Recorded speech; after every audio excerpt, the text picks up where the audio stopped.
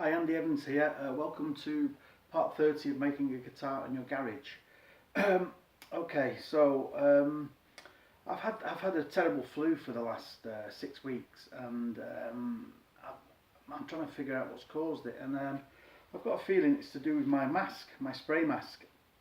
It's got old filters in it, you know, that needed changing really. So very important, keep your filters clean on your spray mask, you know. The doctor's appointment cost me a lot more than what the filters cost. Anyway, so I'm getting treated now for that, having some antibiotics, and I've bought some new filters for my spray mask. So if you're going to do any spraying at home, make sure your filters are nice and clean.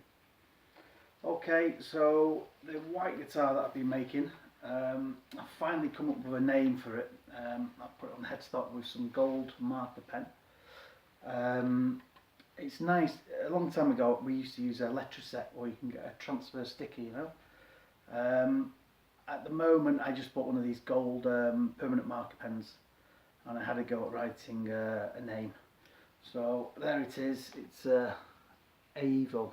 That's my new name for guitars, and this model is on the back of the headstock. I don't know if you can see that a bit closer.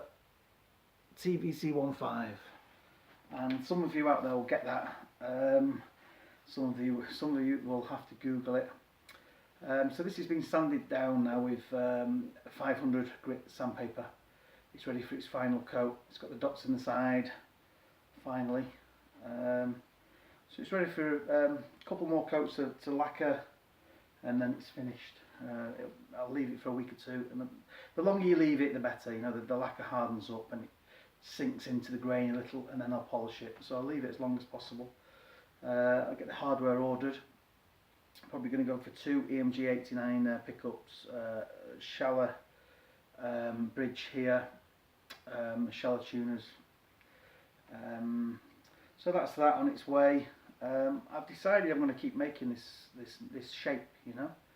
Quite like it. I'm going to change this horn slightly here, make it a bit smaller on the next model. I'm going to sink the neck in a bit further so you've got a bit more strength. I'm going to do 2 different designs, which I'll show you the templates for now. Okay, so that's the template for the guitar that I just showed you, sort of strap-like, where I carve away the back of the neck here. I'm going to do another one where there's no carving away here. I'm going to do like a heel of the heel of the neck is going to go like this, so it's going to be easy to make. It's a bit like a PRS type headstock neck joint, you know, and heel. Very quick, very easy to do, quite strong because it will go behind the pickup here. So I'll show you that when it's done. This is going to have 22 frets, just a Les Paul scale, and this strap type is going to be a long Gibson scale, 24 fret. So I've just glued up a couple of body blanks for that. I don't know if you can see that one there. There's one in the vise here. You can just see the top of it. I've been experimenting with different glues actually. Years ago we used to use something called Cascamite for bodies. It's a powder glue you put water in, and it dries really hard, and there's absolutely no creep.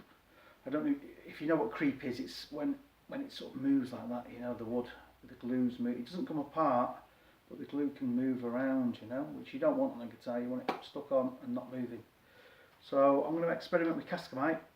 I'll try and get hold of some in France. So it's probably quite difficult to get hold of.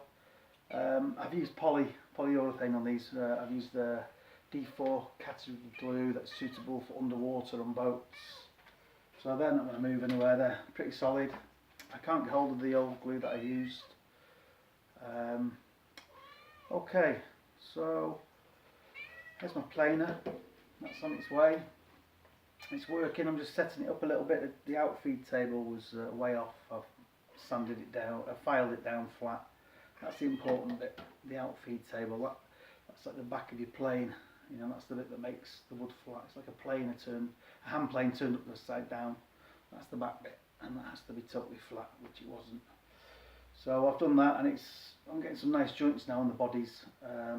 Very happy with that. As I say, I've had this terrible cold. cough, so I'm a bit behind now. Okay, other news. Somebody was asking me about who had made guitars for in the past, if I'd made, you know, for any famous people. And I was trying to have a think who we've made them for in the past, you know, when I worked for Gordy Guitars. I remember the first day when I walked into the guitar making shop, and there was a star-shaped guitar on the bench, and I said to my boss, who's that for, you know? And not very famous, but some of you might remember him, Alvin Stardust. He was like Britain's answer to Elvis. He used to wear black leather jacket, black leather pants, black gloves, and around about in the 80s he was doing lots of rock and roll songs in England. So that was one of the first sort of famous people we made a guitar for. We mainly made them for session musicians, really. Professional musicians, they wanted, you know, exactly, they knew exactly what they wanted, and we made exactly what they wanted. I once had a meeting with Ronnie Wood.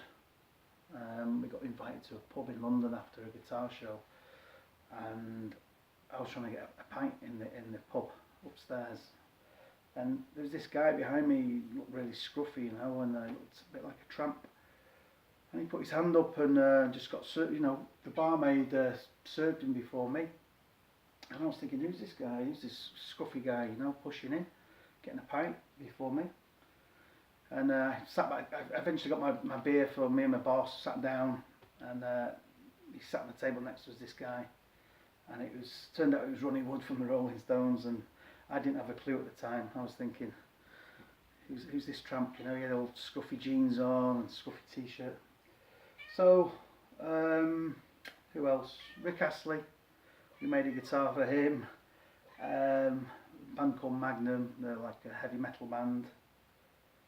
I remember Belinda Carlisle. I don't know if you remember Belinda Carlisle back in the day. She was coming into the shop. I got all excited about that. Who else? Sad Cafe. Made a bass neck for them. Simply Red, the guys from Simply Red. Made a bass for the bass guitarist. Johnny Marr from the Smiths, he came in. I can't think of any more. As I say, it was mainly session guys. Alright, so I've got an acoustic on the way. At the moment, it's just an experiment. I've never made an acoustic before, and I haven't really got a clue what I'm doing, and I've not googled anything, but I had some veneers, you know, rosewood veneers, and ash. This is ash as well. So I've just been playing around with this, and eventually it'll become a guitar, but I don't know when. I'm probably doing it all the wrong way, you know, but I'll figure it out eventually. So that's another little project I've got on the way.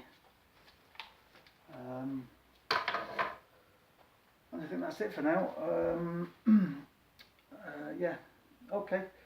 So thanks for watching. If you like what you see, press the like button.